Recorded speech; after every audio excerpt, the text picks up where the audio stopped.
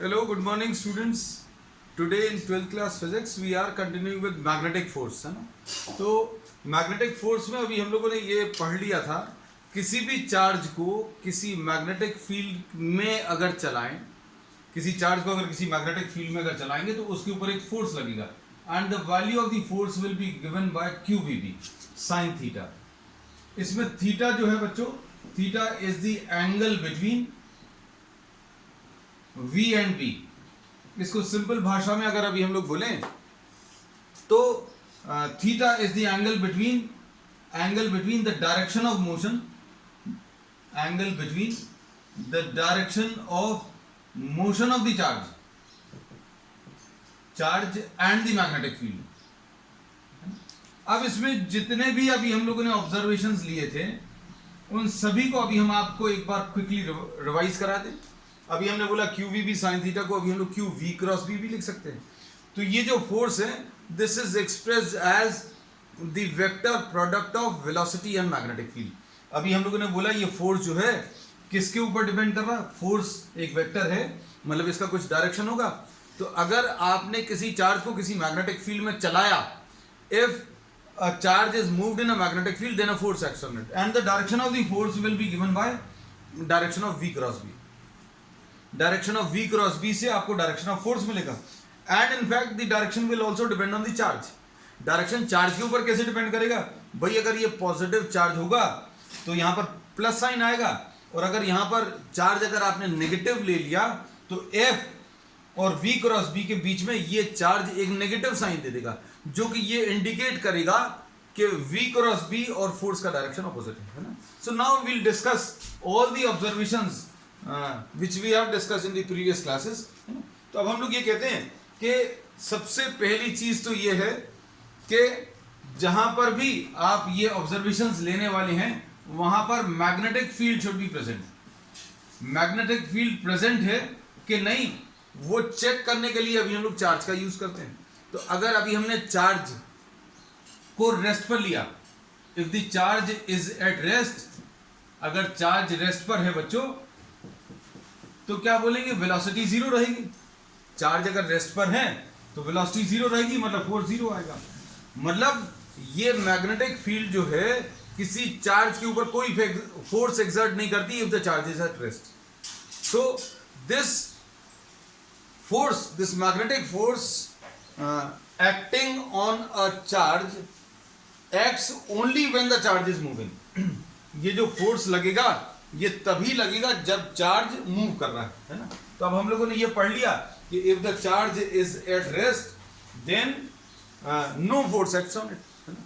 तो अब हम लोगों ने इसमें ये कह दिया था कि B का प्रेजेंस चेक करने के लिए, B का प्रेजेंस चेक करने के लिए we make use of a moving test charge, है ना। अब ये क्यों बोलते थे, अब शायद ये सारी चीजें क्लियर है क्योंकि हमारे पास ये रिलेशन सामने है।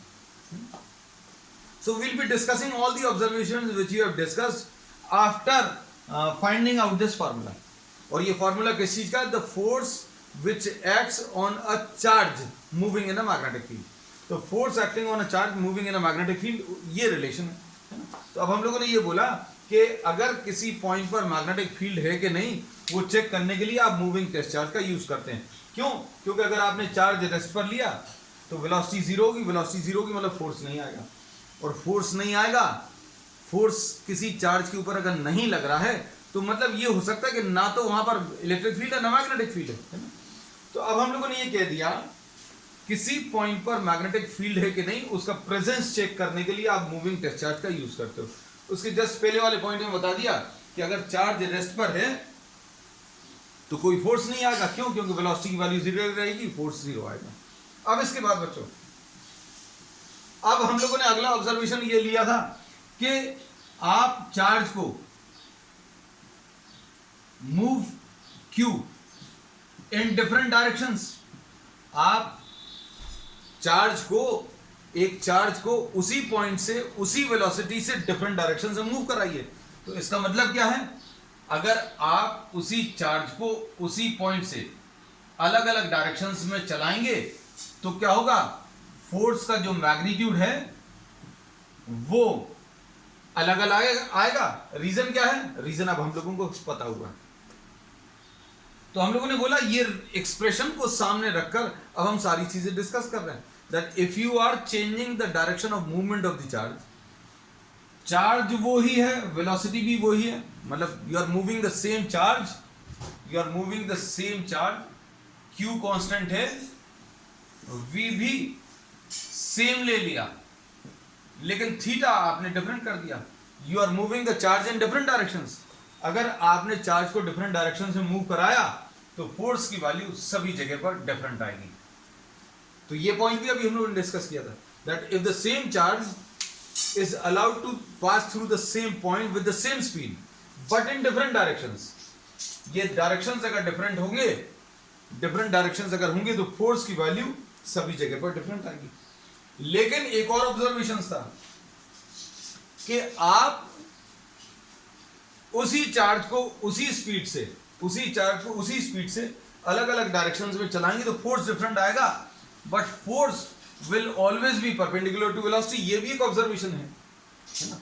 Force always perpendicular to velocity, ये भी पता है। किससे पता है?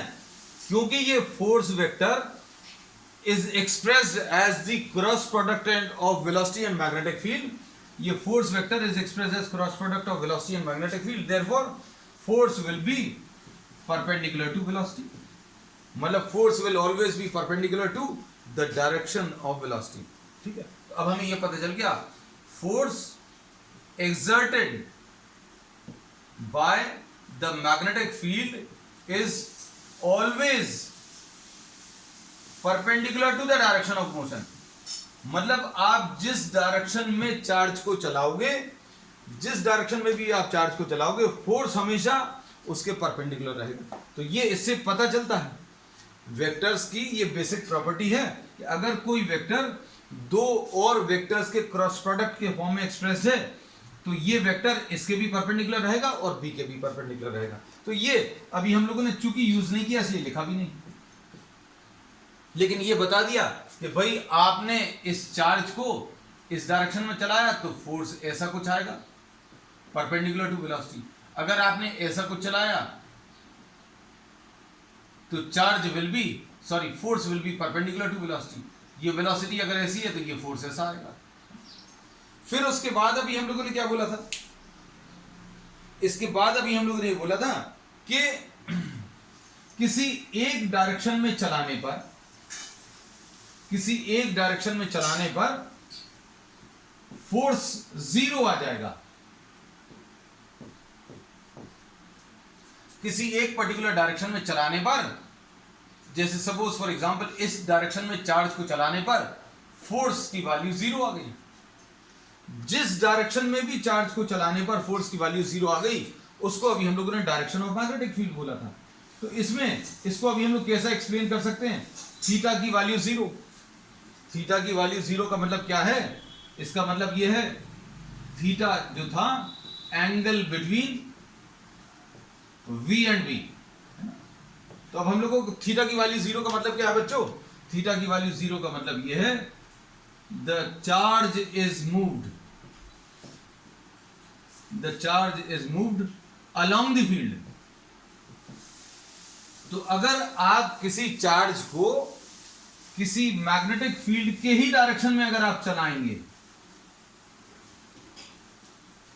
क्यू चार्ज को V वेलोसिटी से उसी डायरेक्शन में अगर आप चलाएंगे तो उसको उधर पर फोर्स कितना आ जाएगा? जीरो आ जाएगा। Force acting on the charge. तो अब ये कुछ पॉइंट्स अभी हम लोगों ने पिछली बार डिस्कस किए थे। अब मैग्नेटिक फील्ड का डायरेक्शन अगर पता चल गया तो मैग्नेटिक फील्ड का डायरेक्शन ऐसे भी डिफाइन किया जाता है। भाई अगर इस पॉइंट पर मैग्नेटिक फील्ड है, ये पता चल गया, तो अब हम लोग पता कैसे चलता है वो भी बता दिया। लेकिन अभी हम लोग बोल दें कि अगर आप इस पॉइंट से चार्ज को चलाओगे तो जिस डायरेक्शन में चलाओगे उसके परपेंडिकुलर डायरेक्शन में फोर्स अगर आ गया तो बोलेंगे हाँ भाई मैग्नेटिक फील्ड है। अब मैग्नेटिक फील्ड यहां पर है, पता चल गया। डायरेक्शन बताना है तो आप इस पॉइंट से आप चार्ज को अलग अलग डायरेक्शंस में चलाओ और जिस डायरेक्शन में चलाने पर उसके ऊपर कोई फोर्स नहीं आए उस डायरेक्शन को आप डायरेक्शन ऑफ मैग्नेटिक फील्ड बोल सकते हो, या that will be the line of action of the magnetic field. उसी लाइन में मैग्नेटिक फील्ड एक्ट कर रहा है, ऐसा कह सकते हैं। कैसे कह सकते हैं? इसका रीजन ये है क्योंकि जिस डायरेक्शन में चार्ज को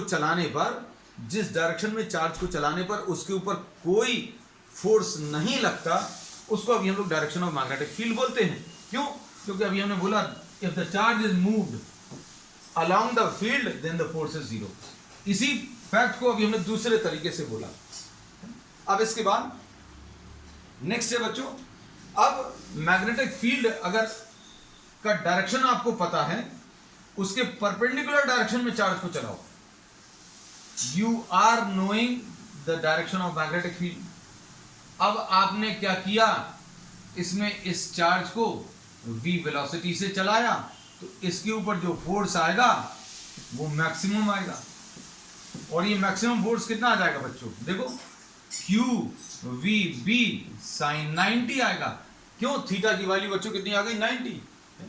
थीटा की वैल्यू 90, मतलब ये q v b आ गया, तो ये फोर्स आ गया। So force acting on the charge will be equal to what? q into v into b। अब इसके बाद ये सारे पॉइंट्स अभी हम लोगों ने इससे रिलेटेड डिस्कस कर लिए। तो अब हम लोगों को क्या पता चल गया कि किसी भी चार्ज को किसी मैग्नेटिक फील्ड में अगर चलाएंगे, तो उसके ऊपर फोर्स लगेगा। And the value of the force will be given by this relation. F will be equal to Q V cross B आएगा। और इसमें अभी हम लोगों ने ये बोला है एक और बहुत important point,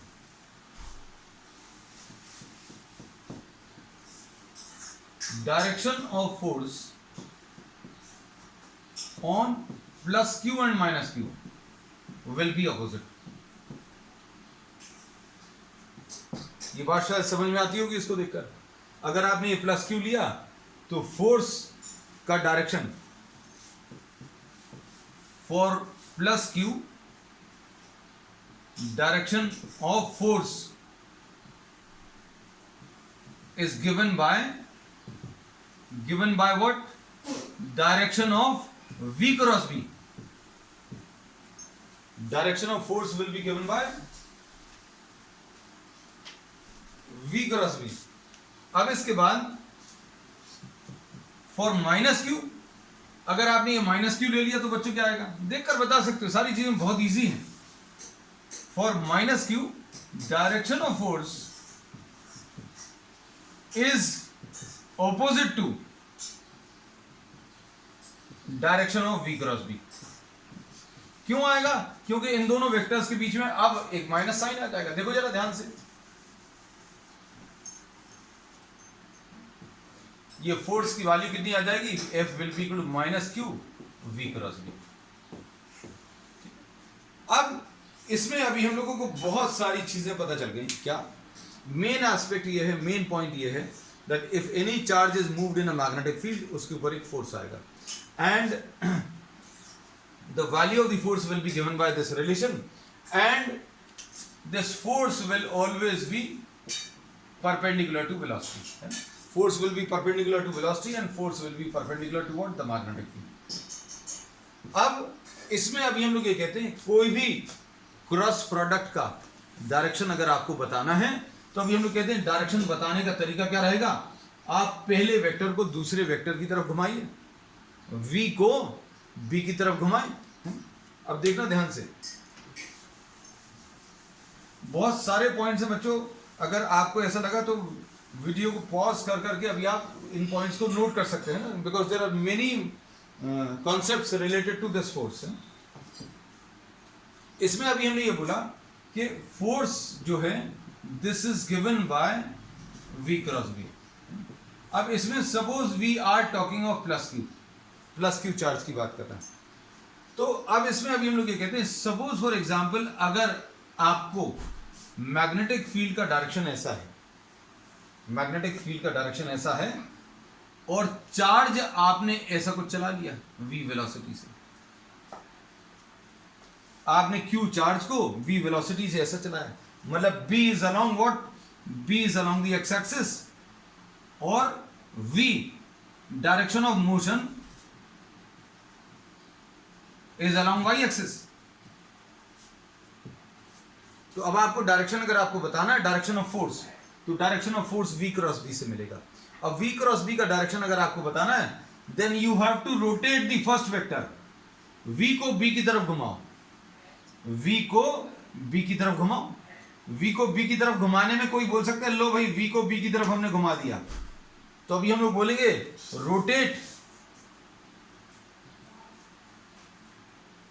rotate v towards b। और इसमें ब्रैकेट में अभी हमने लिख दिया थ्रू स्मॉलर एंगल। तो अब स्मॉलर एंगल अगर बोल दिया तो अभी हम लोग बोलेंगे v को b की तरफ ऐसा घुमाना।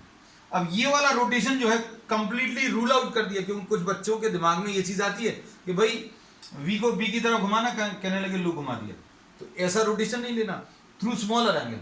तो आपको v को b की तरफ घुमाना है। फिर राइट हैंड को की फिंगर्स को आपको कर्ल करना है। ये याद रखना इस पर्टिकुलर चैप्टर में, if you are a left hander, if you are right hander, जैसा जिस हाथ से भी आप लिखते हैं, डायरेक्शन जब भी आप निकालें तो आप पेन को नीचे रख देना, because in most of the cases students perform the mistake of what, कि भाई लिख रहे हैं चलो लेफ्ट हैंड से देख लेते हैं, है ना, तो डायरेक्शन गलत हो जाएगा। तो अभी हमने बोला rotate v towards b, v को b की तरफ रोटेट किया और राइट हैंड की फिंगर्स को कर्ल किया, और ये कर्ल ऑफ द फिंगर्स, ये curl of the fingers should be in this rotation. Rotation कैसा बच्चों, क्लॉकवाइज है, तो ये क्लॉकवाइज रोटेशन। अब हम ऐसा नहीं ले सकते क्योंकि ये कर्ल ऑफ द फिंगर्स आपकी तरफ से अगर आप देखो तो ये ऐसा कुछ आ रहा है ना, ये अगर ऐसा कुछ है, ये कर्ल ऑफ द फिंगर्स, तो ये इससे मैच नहीं कर रहा। ये वाला रोटेशन और ये वाला रोटेशन मैच करना चाहिए, मतलब फिंगर्स। अब फिंगर्स आप ऐसी तो कर नहीं सकते हो, है ना, नेचुरल रोटेशन फिंगर्स का ऐसे ही आएगा, सभी का, है ना, कोई भी इसमें एक्सेप्शन नहीं है। All the human beings will have this sort of rotation. आप कर्ल ऑफ द फिंगर्स अगर ऐसा है, आप इस रोटेशन से मैच करा लो। मैच कराने में ऐसा रखना पड़े, ऐसा रखना पड़े, आप रख कर देख लो। तो जैसा भी हमने ये डायग्राम बना हुआ, कर्ल ऑफ द फिंगर्स ऐसा है, ये रोटेशन भी ऐसा ही है, मैच कर गया। तो ये direction of the thumb will give you the direction of the force.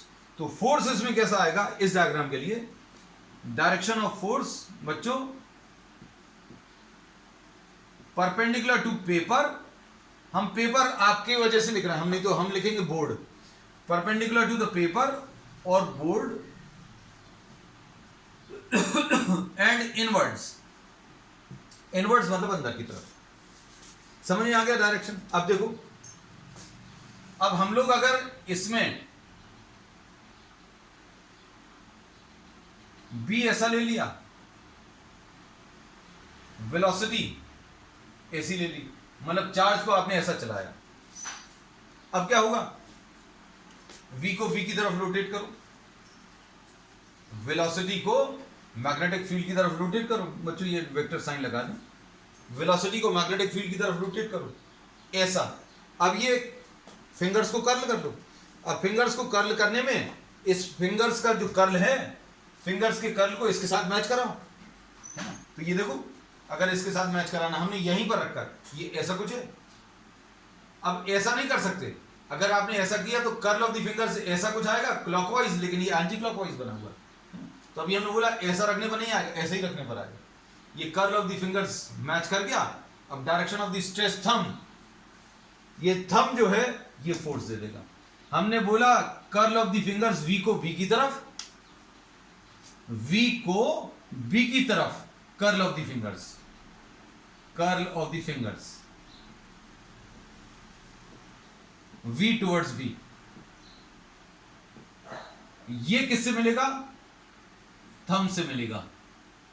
और कैसा, स्ट्रेच थंब। स्ट्रेच थंब का मतलब क्या है, कोई ऐसा नहीं रख ले थंब को, है ना, कहने लगे ये डायरेक्शन तो ऐसा आ रहा है, थंब का डायरेक्शन बोला तो स्ट्रेच थंब, है ना। स्ट्रेच थंब का जो डायरेक्शन है, थम्स अप जैसा अभी हम लोग करते हैं, ऐसा नहीं करना, है ना। तो अभी हम लोगों ने ऐसे बोला v को b की तरफ घुमाएं, v को b की तरफ घुमाने में जैसा रोटेशन आ रहा है वैसा आप कर्ल ऑफ द फिंगर्स को मैच करा लो, डायरेक्शन ऑफ फोर्स ही आ गया। अब इसमें अभी हम लोग ये कहते हैं बच्चों कि आपको बहुत सारे ऐसे केसेस आएंगे जिसमें आपको डायरेक्शंस वगैरह बताने पड़ेंगे, है ना। तो इन सारी चीजों की अभी हम लोग प्रैक्टिस भी करेंगे। तो अब हम लोगों को ये आज के इतने डिस्कशन से पता चल गया। क्या पता चला कि किसी चार्ज को किसी मैग्नेटिक फील्ड में अगर चलाएंगे तो उसके ऊपर फोर्स लगेगा और फोर्स की वैल्यू बच्चों इससे मिलेगी, क्यू वी क्रॉस बी। और इसको अभी हम लोग क्या बोलते हैं, Q V B sine theta. इसमें थीटा क्या है, this is the angle between V and B. अब इसमें इसके बेसिस पर अभी हम लोग यूनिट्स भी बता सकते हैं, जो भी हमने पहले भी डिस्कस किया था, आज भी डिस्कस कर ले रहे हैं, क्योंकि सारी चीजें अभी हमने इस फॉर्मूले को सामने रखकर आज सारी चीजें रिपीट कर रही हैं, तो ये भी रिपीट हो जाएगा।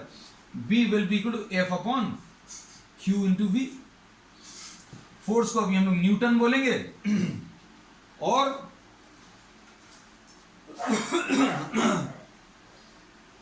ये कूलम आ गया, ये मीटर पर सेकंड आ गया, है ना। तो ये आ जाएगा न्यूटन सेकंड पर कूलम मीटर। एक तो यूनिट ये आ गई मैग्नेटिक फील्ड की, दूसरी यूनिट कैसे आएगी, देखो कूलम अपॉन सेकंड को अभी हम लोग एम्पियर्स बोलते रहे, तो न्यूटन पर एम्पियर मीटर, एक यूनिट ये आ गई। ठीक, तो बी की जो यूनिट्स आई हैं न्यूटन पर एम्पियर मीटर, ठीक है, इसको अभी हम लोग टेस्ला भी बोलते हैं, this is named as Tesla, और इसको अभी हम लोग सिंपल कैपिटल टी से रिप्रेजेंट करते हैं, ठीक है। और इसके बाद newton second per coulomb metres, ये भी एक यूनिट है, ये भी एक यूनिट है, ये भी एक यूनिट है, ठीक है। इसकी एक यूनिट गॉस भी है, this is a smaller unit, ये स्मॉलर यूनिट है, क्यों, क्योंकि 1 टेस्ला जो है 10 टू द पावर 4 गॉस है, ठीक है। इसकी एक यूनिट बच्चों वेबर पर मीटर स्क्वायर भी है ना। ये वाली यूनिट को अभी हम लोग दोबारा आगे पढ़ने वाले हैं, ये फ्लक्स की डेफिनेशन से आएगी। फ्लक्स जैसा अभी हम लोग ने इलेक्ट्रिसिटी में पढ़ा था, बिल्कुल वैसे ही फ्लक्स अभी हम लोग आगे भी पढ़ने वाले हैं। अब इसमें बच्चों नेक्स्ट अभी हम लोग देखें इसका डायमेंशनल फार्मूला। बी का डायमेंशनल फार्मूला अगर आपको निकालना है तो बी का डायमेंशनल फार्मूला एफ अपॉन, किसी के दिमाग में ये तो नहीं आ रहा कि साइन थीटा कहां छोड़ दिया, तो साइन थीटा बच्चों अगर लिख भी लोगे तो साइन थीटा की कोई यूनिट नहीं होती है? तो एफ अपॉन क्यू वी। अब इसको अभी हम लोगों ने क्या लिखा था बच्चों, न्यूटन पर एम्पियर मीटर्स, ऐसा कुछ लिखा था। तो डायमेंशनल फार्मूला इसका क्या आ जाएगा, न्यूटन को MLT-2 लिख दिया, न्यूटन यानी फोर्स, और एम्पियर्स को बच्चों अभी हम लोग I लिख देंगे, क्योंकि ये भी एक फंडामेंटल क्वांटिटी है, और ये L आ गया। तो इसमें MLT-2 है, ये I है, ये L है। अब इसमें ये कैंसिल हो जाएगा, M1 L0 T-2 I-1, ये डायमेंशनल फार्मूला आ गया किसका, this is the dimensional formula for the magnetic field. अब मैग्नेटिक फील्ड का डायमेंशनल फार्मूला आने के बाद अब हम लोग नेक्स्ट इसका एस्पेक्ट डिस्कस कर रहे हैं।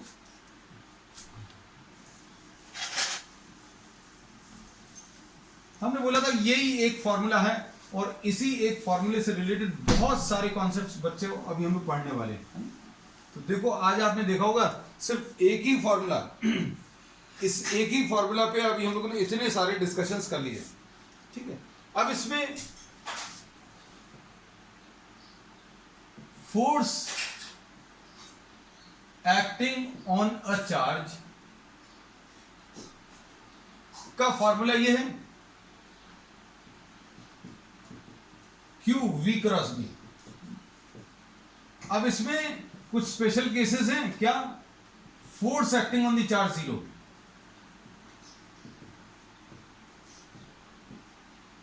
जीरो कब कब होगा, force acting on the charge कब कब होगा, when Q is equal to zero. इसका मतलब क्या है, इफ एन अनचार्ज पार्टिकल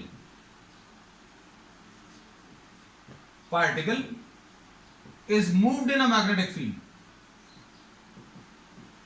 किसी अनचार्ज पार्टिकल को किसी मैग्नेटिक फील्ड में अगर चलाएंगे तो फोर्स की वैल्यू जीरो आएगी, पहला पॉइंट। अब if Q is not equal to zero and V की वैल्यू जीरो है, मतलब चार्ज पार्टिकल तो है, लेकिन चार्ज पार्टिकल रेस्ट पर है। तो अब हम लोग फिर से क्या बोलेंगे, magnetic field exerts no force for charge at rest। ये भी अपन लोग डिस्कस कर चुके हैं, लेकिन अभी हम लोग ये इसको डिस्कस कर रहे हैं under the special heading force acting on the charge, zero कब कब होगा। अब इसके बाद देखना ध्यान से, अगर आप मैग्नेटिक फील्ड की ही डायरेक्शन में अगर चार्ज को चलाओ, थीटा की वैल्यू 0, तो भी फोर्स की वैल्यू 0 आएगी। फिर उसके बाद अगर आप उसी चार्ज को उसी स्पीड से ऑपोजिट डायरेक्शन में चलाएं, मतलब थीटा की वैल्यू बच्चों कितनी आ जाएगी, थीटा की वैल्यू 180।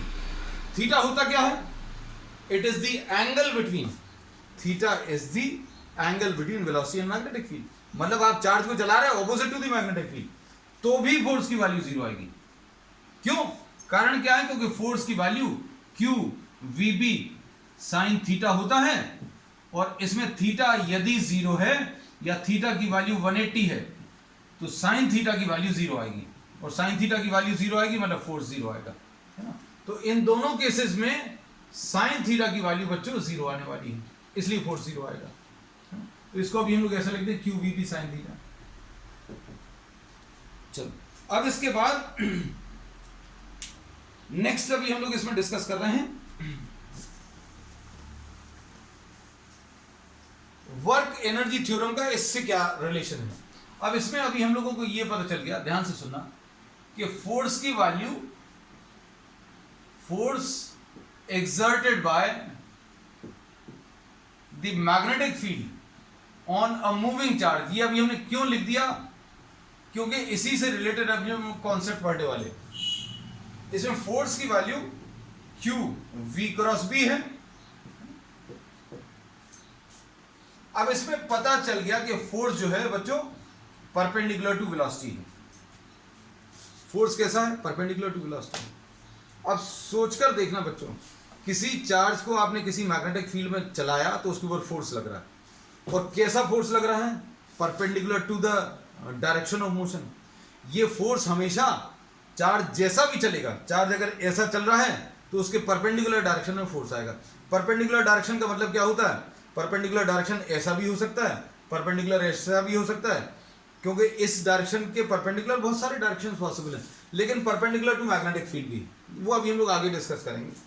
अब इसमें अभी हम लोग ये कहते हैं कि अगर कोई फोर्स लग रहा है किसी मूविंग चार्ज के ऊपर, तो हमें ऐसा लगता है कि उसकी वेलोसिटी चेंज होनी चाहिए, है ना।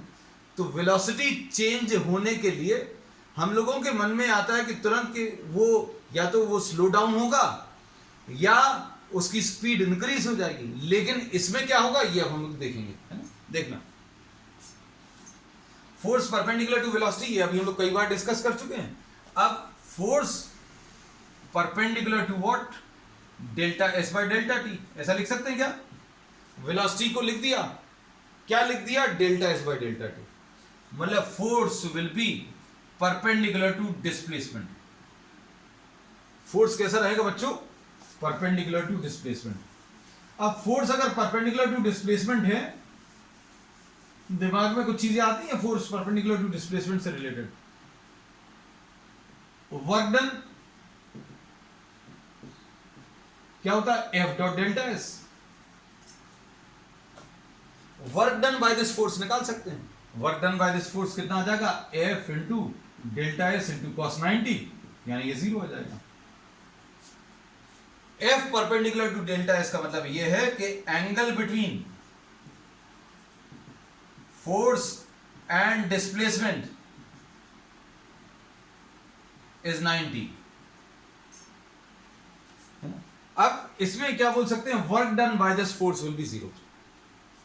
तो अब ये बहुत इंपॉर्टेंट है, work done by the magnetic force, force on a moving charge is 0। Work done by the magnetic force on the moving charge 0 है। अब वर्क डन अगर 0 है बच्चों, तो ये वर्क एनर्जी थ्योरम से पढ़ा हुआ है, that work done will be equal to what?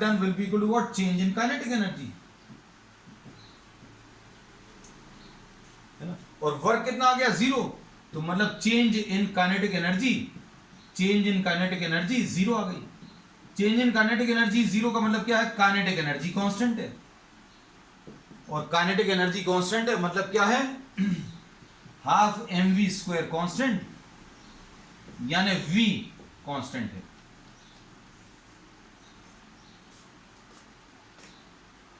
अब इसमें अभी हम लोग ये कह सकते हैं कि वर्क एनर्जी थ्योरम से अभी हमें ये पता चल गया, क्या पता चला? कि kinetic energy of the object जो है वो कांस्टेंट है। अब काइनेटिक एनर्जी कांस्टेंट है मतलब ये है कि स्पीड कांस्टेंट है। अब देखो कहां से स्टार्ट किया था, हमने बोला था कि आपने जैसे किसी चार्ज को किसी मैग्नेटिक फील्ड में चलाया तो उसके ऊपर फोर्स लगेगा।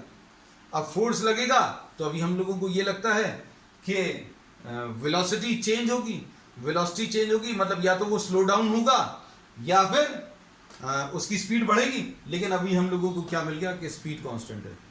तो अब हम लोगों को इस सब में ये पता चला, ध्यान से सुनना, कि work done by the magnetic force बच्चों 0 है। Work done by the magnetic force 0 है, और ये फोर्स लिख दे रहा अभी हम, magnetic force does not change, very important point, does not change the speed of the charge particle. ये speed of the charge particle को चेंज नहीं करता है। इससे ये पता चला, मतलब ये क्या करता है? इसमें अभी हम लोगों ने ये बोला कि किसी चार्ज को अगर आप किसी मैग्नेटिक फील्ड में चलाएंगे तो फोर्स लगेगा। फोर्स लगेगा तो अभी हम लोग ये कहते हैं फोर्स चेंजेस व्हाट? v। लेकिन v में क्या चीज होती है? v में मैग्नीट्यूड होता है और डायरेक्शन होता है। मैग्नीट्यूड के बारे में तो पता चल गया कि भैया ये वाला फोर्स जो है magnitude of the speed, magnitude of velocity को चेंज नहीं करने वाला। तो अब क्या पता चलता है? ये जो फोर्स है ये किस चीज को चेंज करेगा? सिर्फ डायरेक्शन को चेंज करेगा।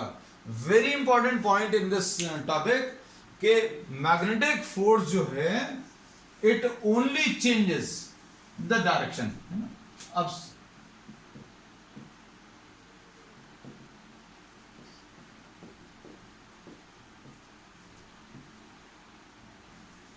the magnetic force does not change the speed of the charged particle। अब ये थोड़ा सा स्ट्रेंज लगता है अभी हम लोगों को कि स्पीड चेंज नहीं कर रहा, फोर्स लग रहा है, किसी चार्ज पार्टिकल के ऊपर फोर्स लग रहा है लेकिन स्पीड नहीं चेंज हो रही। तो अभी हमने ये बोला कि अगर फोर्स लग रहा है तो क्या चीज चेंज होगी? v चेंज होगा, और v में भी मैग्नीट्यूड तो कांस्टेंट है, क्या चीज चेंज होगा? Direction. So magnetic force does not change the speed of the charge particle but it only changes, it is responsible only for the change in direction. ये सिर्फ क्या चीज करता है? ये सिर्फ डायरेक्शन ही चेंज करता है। तो बच्चों आज के लिए इतना ही। ये जो लास्ट लाइन आज अभी हम लोग छोड़ रहे हैं ये सबसे इंपॉर्टेंट लाइन थी आज की क्लास की, और इसी लाइन से अभी हम लोग कल की नेक्स्ट क्लास अभी हम लोग स्टार्ट करेंगे, और या फिर कह सकते हैं नेक्स्ट टॉपिक अभी हम लोग इसी लाइन से स्टार्ट करने वाले हैं कि किसी चार्ज पार्टिकल को अगर किसी मैग्नेटिक फील्ड में चलाएंगे तो मैग्नेटिक फील्ड उसके ऊपर एक फोर्स लगाएगी, और वो फोर्स जो है स्पीड को चेंज नहीं करेगा। क्या चीज चेंज करेगा? क्योंकि फोर्स लग रहा है, फोर्स लग रहा है मतलब एक्सेलरेशन आ रहा है, एक्सेलरेशन आ रहा है मतलब वेलोसिटी चेंज हो रही है, वेलोसिटी चेंज हो रही है मतलब या तो मैग्नीट्यूड या फिर डायरेक्शन, या दोनों। तो मैग्नीट्यूड तो चेंज नहीं हो रहा वेलोसिटी का, मतलब क्या चेंज हो रहा है? सिर्फ direction. So the magnetic force is responsible only for the change in direction of motion of the charge, है ना। तो बच्चों आज के लिए इतना ही, we will continue with the same topic on the next one, that's all for today.